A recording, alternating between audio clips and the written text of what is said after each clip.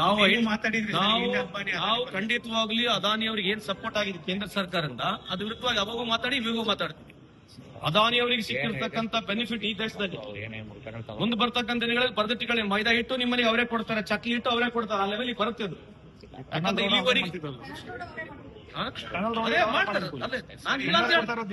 ನಾನು ಇಲ್ಲ ಅಂತ ಹೇಳ್ತಾನೆ ಇಲ್ಲ.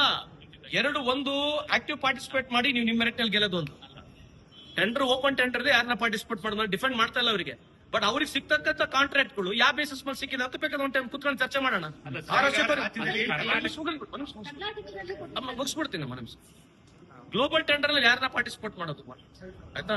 ಪ್ರಿಫರೆನ್ಷಿಯಲ್ ಕಾಂಟ್ರಾಕ್ಟ್ಸ್ ಅಂತ ಹೇಳ್ತೀವಿ. ಈ ಫಾರ್ ಎಕ್ಸಾಂಪಲ್ ಕೋಲ್ ಬ್ಲಾಕ್ಗಳು, ಅದಾನಿ ಅವ್ರದ್ದು ಏನ್ ಎಕ್ಸ್ಪರ್ಟೀಸ್ ಇತ್ತು ಕೋಲ್ ಬ್ಲಾಕ್ ನಲ್ಲಿ ಕೊಡಕ್ಕೆ ಅವರಿಗೆ? ನಾವು ಅನಿಲ್ ಅಂಬಾನಿ ಅವರಿಗೆ ಮ್ಯಾನುಫ್ಯಾಕ್ಚರಿಂಗ್ ಆಫ್ ಏರ್ಕ್ರಾಫ್ಟ್ ಕೊಟ್ವಿ, ರಫೇಲ್ ಡೀಲ್ ನ ಕೊಟ್ವಿ ಅವರಿಗೆ. ಆ ಪುಣ್ಯಾತ್ಮ ಸೈಕಲ್ ಮಾಡಿದ್ದಿಲ್ಲ. ಯಾವ ಆದಾದ್ಮೇಲೆ ಕೊಟ್ಟಿವಿ ಅಂತಕ್ಕಂಥದ್ದು ಇಂಪಾರ್ಟೆನ್ಸ್ ಇದೆ. ಅಂದ್ರೆ ಫಾರ್ ಎಕ್ಸಾಂಪಲ್ ಇಫ್ ಅದಾನಿ ಅವರು ಇಲ್ಲಿ ಟನಲ್ ರೋಡ್ ನಲ್ಲಿ ಅವ್ರು ಪಾರ್ಟಿಸಿಪೇಟ್ ಮಾಡಿದ್ರೆ ಆ ಟೆಕ್ನಿಕಲ್ ಕ್ವಾಲಿಫಿಕೇಶನ್ ಆ ಕಂಪ್ನಿಗೆ ಇದ್ರೆ ಗೆಲ್ತಾರಲ್ಲ ಅವ್ರಿಗೆ ಬಿಟ್ಟಿರ್ತಕ್ಕಂಥದ್ದು. ಆದ್ರೆ ಇವರಿಗೆ ಯಾವ್ದು ಟೆಕ್ನಿಕಲ್ ಕ್ವಾಲಿಫಿಕೇಶನ್ ಇಲ್ಲಾರಂತ ಕಂಪ್ನಿಗಳಿಗೆ ಇಷ್ಟೆಲ್ಲ ಆದ್ಯತೆ ಹೆಂಗ್ ಸಿಕ್ತು ಅನ್ನೋದಕ್ಕೆ ಸ್ವಲ್ಪ ಚರ್ಚೆ ಮಾಡೋಣ. ಅಶೋಕ್ ಅಣ್ಣವ್ರ ಕರೀರಿ, ಚರ್ಚೆ ಮಾಡಬೇಕು. ಇನ್ನೊಂದು ಏನಂದ್ರೆ